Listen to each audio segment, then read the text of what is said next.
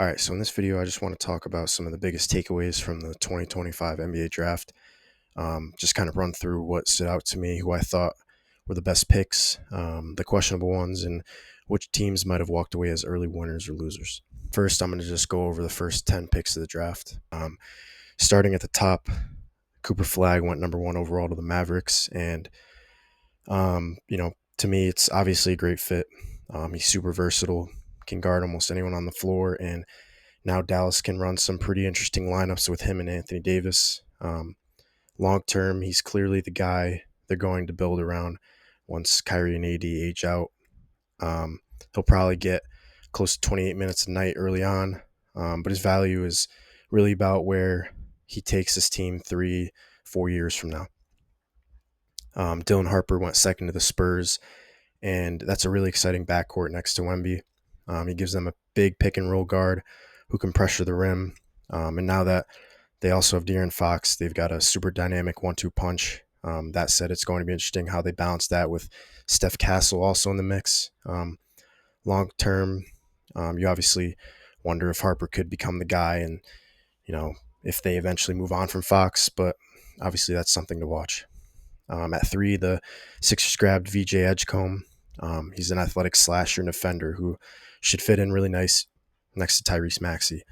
I think early on he's going to come off the bench, probably playing with Embiid in those second units. But there's definitely a path for him to be a starter down the road. Then Charlotte went with Con Knuckle at number 4.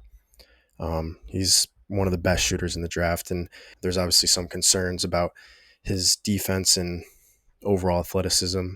He'll help LaMelo stretch the floor, no doubt, but he's going to have to show more effort on D if he wants consistent minutes. Utah picked Ace Bailey at 5, and look, he's got big time talent, explosive, can score in bunches, but there were some weird vibes around his pre-draft process, and like him not working out for teams and not even knowing Utah was going to pick him. Obviously, I think that was debunked later by his agent, but if he locks in, he could end up being the number one option there down the road. At 6, Washington took Trey Johnson. He's a really polished scorer. He's probably starting right away and honestly might lead them in scoring pretty quickly. He's the kind of guy you can build around in a rebuild. Obviously, the Wizards are going to be doing that. Then the Pelicans grabbed Jeremiah Fears at 7. And he's got that two-way combo guard feel. He's going to be backing up for now, but long term, he's definitely someone who can step into a bigger role once some of their vets age out. Edgar Demon went 8th to the Nets. He's 6'8", and he has some creation upside, but I think he might start off in the G League. But we'll see.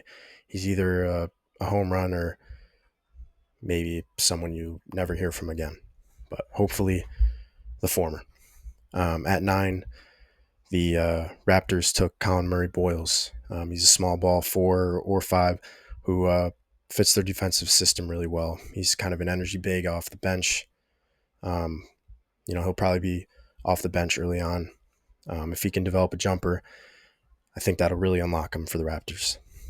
And then at number 10, so the Suns got Kaman Malawak. Honestly, might be one of the steals of the draft. Some boards had him top 5. The Suns really needed size, especially after the KD trade, and now they've got him and Mark Williams. He'll probably back up Williams at first, but I wouldn't be surprised if he earns a bigger role if Williams can't stay healthy. Now just looking at the trends from the draft, I think first off, it was super wing heavy. 7 of the top 9 picks were wings who can handle the ball and run pick and roll. And I think it's clear that teams are now prioritizing guys who can switch and do a little bit of everything over pure point guards. There was also a big push for size. We're kind of coming out of the small ball era a bit here in this draft. 4 legit centers were in the top 16, which I think was influenced a lot by OKC winning it all with Chet and Hartenstein. Teams are realizing that if you want to beat the Thunder, you're going to need real size. So, and then, globally, obviously, the international talent keeps getting better. 9 first-round picks were overseas guys at one point. Guys like Demon and Malawak are part of that next wave, and I think that's only going to keep growing. In terms of value picks, I think the Suns had a great night. Malawak at 10 was a steal, and then they got Rasheer Fleming, who I think is another guy some analytics models had as a first rounder, and they took him, early in the second round. He's 6'9", can shoot, plays defense, and they basically got him for some cash. So then you've got Carter Bryant going 14 to the Spurs. A lot of executives thought he'd go top 10. He's the perfect glue guy next to Wemby and Harper. And, the Hawks also made a smart move.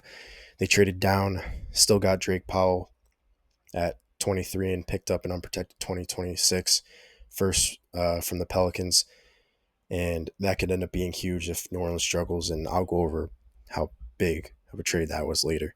But yeah, not every team nailed it. The Blazers picking Yang Hansen at 16 was a bit odd, especially with Klingon and Robert Williams already there.